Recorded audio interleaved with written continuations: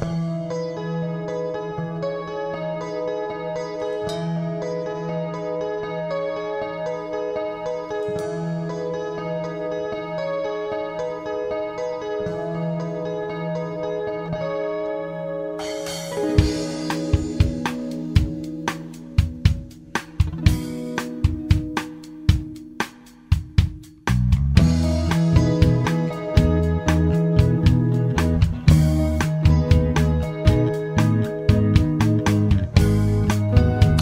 guys, balik lagi di Acul SW Studio. Karena seni itu bebas ya. Selamat datang di playlist manusia receh lagi. Kita bahas masalah manusia-manusia receh dengan masalahnya yang receh juga. Kali ini kita mau bahas tentang teman yang baik tapi jahat. Pasti kalian juga udah pernah ngerasain ya, punya teman yang baik, punya teman yang jahat. Gue pengen sharing aja kejadian-kejadian ini sih, kejadian-kejadian gue aja ya. Gue nggak mau ceritain kejadian orang lain. Mungkin nanti kalau gue inget gue ceritain. Jadi teman baik yang jahat itu kayak gimana? Jadi teman baik yang jahat itu adalah lu kenalan nih sama orang, nih kenalan,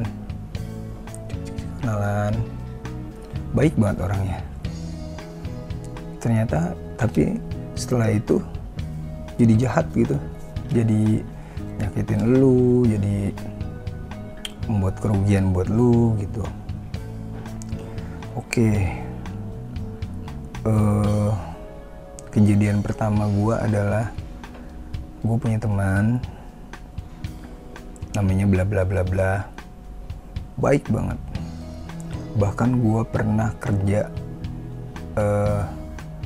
sama dia. Gue pernah kerja sama dia sebagai graphic designer, bantu-bantu gitu, digaji juga sama dia. Beberapa tahun kemudian, bulan tahun lah nggak tau lah, tiba-tiba dia ngubungin gue, terus dia minjem uang sama gue, minjem uang berapa juta gitu.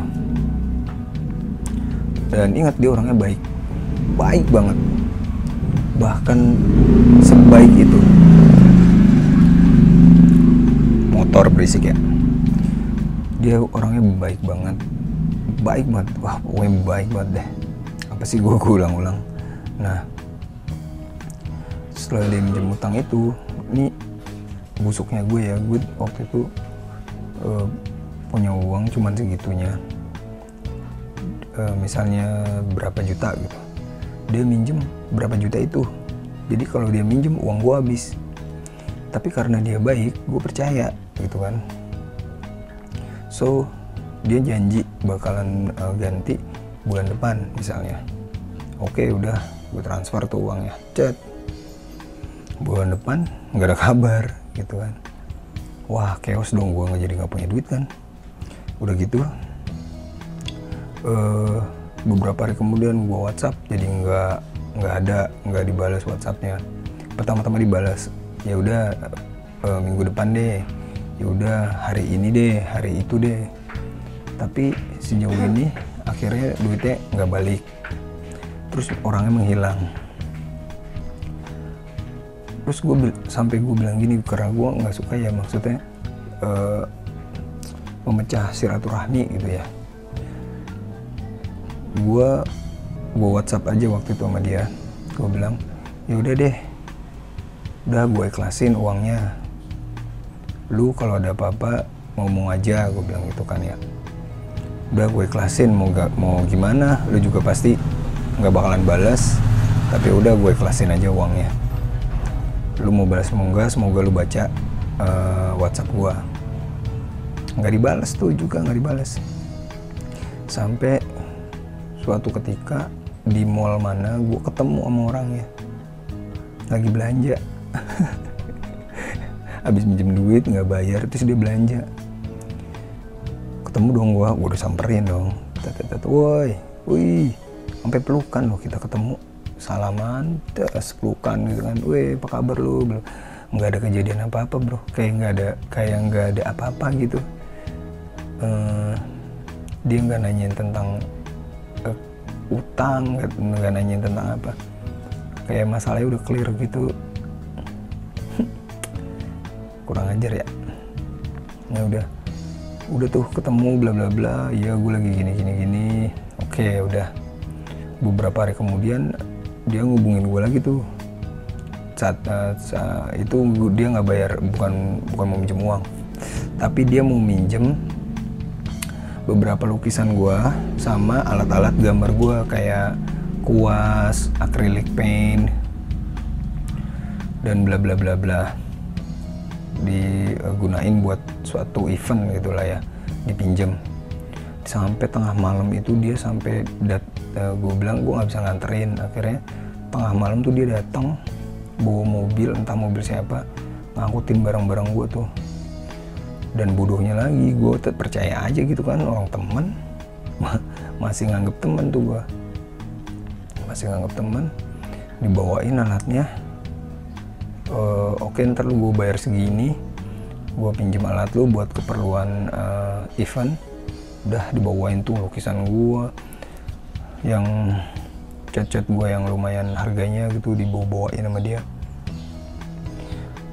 Sampai hari H nggak ada kabar lagi. Duitnya dibayar sih sama dia, duitnya dibayar cuman berapa gitu, kecil lah nominalnya, cuma barang-barang gue nggak balik. Terus gue paksa tuh, woi bro, ini bener deh, lu harus balikin nih alat-alat gue, ini alat-alat perang gue, ini harus balik karena gue bekerja dengan ini, gue perlu alat-alatnya, bla bla bla bla. Terus gue teror tuh, nggak dibalas-balas juga, wah sibuk, bla bla bla. Sampai suatu hari ternyata barang-barang gue tuh nggak dijaga sama dia, katanya barang-barang gue ada yang hilang. Terus dia mesenin mobil nganterin ke rumah gue sampai jam 3 pagi apa ya gue ambilin, itu dia nggak datang, dia nganterin pakai mobil orang disuruh.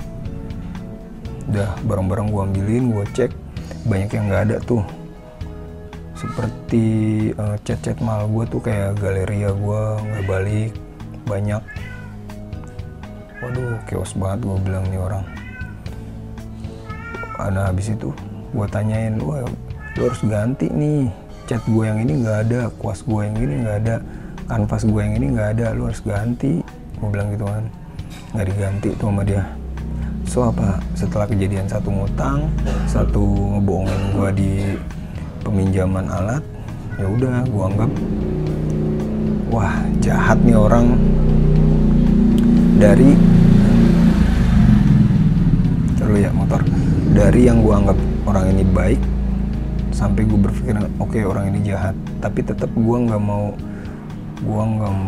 marahin dia, gue nggak mau ngebenci dia, tapi gue anggap itu kayak ya udahlah gitu, gue udah kenal sama lu, ternyata lu orang yang gini, ya udah lu sanalah, jangan deketin gue lagi gitu, jangan, maksudnya gue ya udahlah cukup tahu gitu, nggak gue benci, gue nggak balas dendam, nggak, ya udah cukup tahu aja.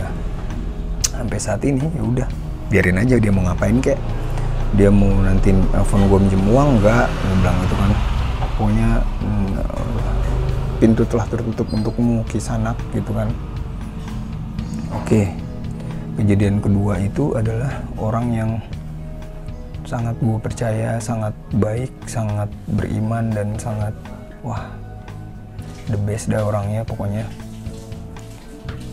Yang sangat gue anggap ini orang benar-benar bakalan bisa jadi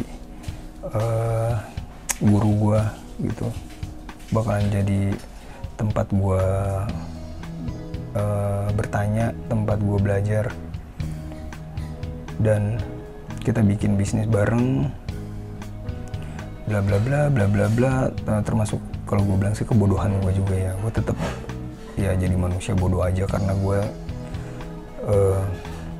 nggak terlalu banyak mikir orangnya. Jadi kalau misalnya mau ini ayo, karena gue tuh percaya sama orangnya tuh bener-bener percaya gitu. Kalau udah kayak udah klop sama orang tuh percaya banget.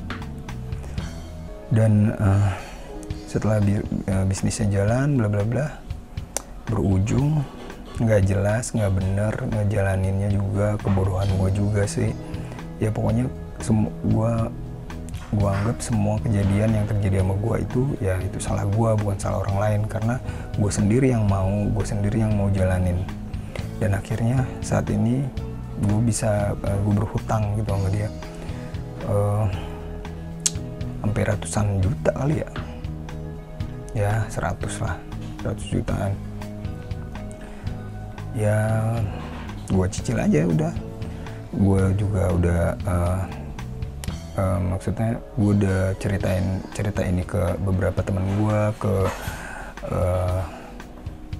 ke orang-orang yang gue percaya, ke mentor-mentor gue yang bilang gila jahat banget ya dia, gila jahat semua, intinya dia jahat gitu. Cuma gue masih belum, ya udahlah gue cukup tahu aja. Semua orang bilang dia jahat, ya nggak tahu ya, mungkin ya gue bodoh aja gitu. Tapi yang jelas teman baik itu bisa jadi jahat, dan kebanyakan kejadiannya itu karena uang. Jadi tapi kalau gue sangat tidak mau ya memutuskan tali silaturahmi atau membenci orang. Jadi gue ya udah cukup tahu aja, ya udah lu jalanin hidup lu aja sana lah. Kalau emang gue harus berutang, gue coba bayar dengan kemampuan gue gitu. Ya udah.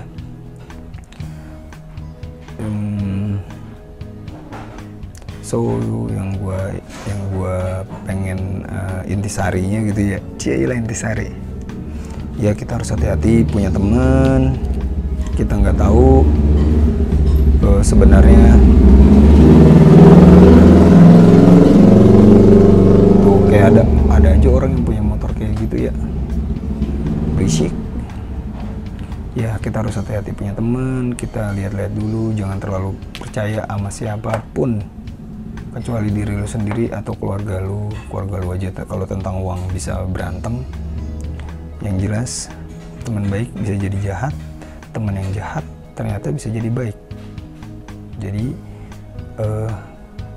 kita sama teman yang baik sama berperilakunya seperti ini, kita sama yang jahat sama berperilakunya seperti ini, karena mereka berdua bisa berganti posisi, jadi baik jadi jahat, jadi jahat jadi baik.